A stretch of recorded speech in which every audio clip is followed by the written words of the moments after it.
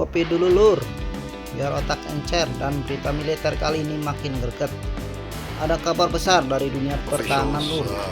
Presiden Republik Indonesia Prabowo Subianto dan Perdana Menteri Australia Anthony Albanese baru saja bikin gebrakan.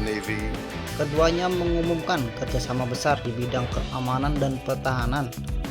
Dan yang bikin heboh, pengumumannya dilakukan di atas kapal perang terbesar Australia HMAS Canberra di Pelabuhan Sydney pada 12 November 2025.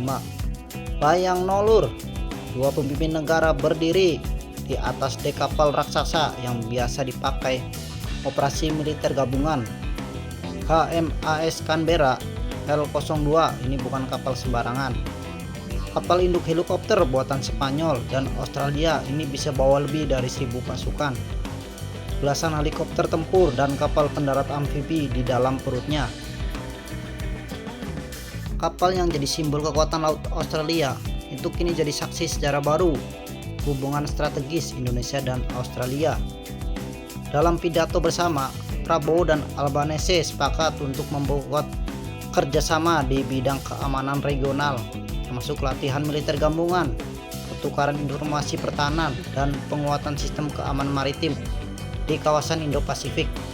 Keduanya bilang, ini bukan cuma kerjasama biasa, tapi langkah menuju kemitraan strategis utama antara dua negara tetangga yang sama-sama punya kepentingan besar menjaga stabilitas kawasan. Menariknya lagi, hasil pertemuan ini akan dilanjutkan dengan penandatanganan resmi perjanjian bilateral baru pada Januari 2006 di Indonesia. Artinya, tahun depan bakal jadi momentum penting buat memperkuat hubungan militer kedua negara. Dari sisi geopolitik, kerjasama ini jelas punya makna besar. Kawasan Indo-Pasifik sekarang lagi panas lur, dari Laut Cina Selatan yang makin ramai sampai perumahan senjata di Asia Tenggara. Langkah Indonesia dan Australia ini bisa jadi penyeimbang baru, biar kawasan tetap aman tanpa harus saling curiga. Bagi Indonesia, kerjasama ini membuka banyak peluang, mulai dari latihan gabungan TNI dan Angkatan Laut Pertahanan Australia, transfer teknologi pertahanan, sampai program pelatihan perwira muda di bidang keamanan laut dan pertahanan cyber. Sementara bagi Australia, posisi strategis Indonesia sebagai penghubung jalur perdagangan dunia membuat kerjasama ini sangat penting untuk memperkuat kehadiran mereka di Asia Tenggara. Dan pemilihan lokasi di atas kapal HMAS Canberra juga bukan tanpa makna. Kapal ini adalah simbol kekuatan dan proyek militer Australia.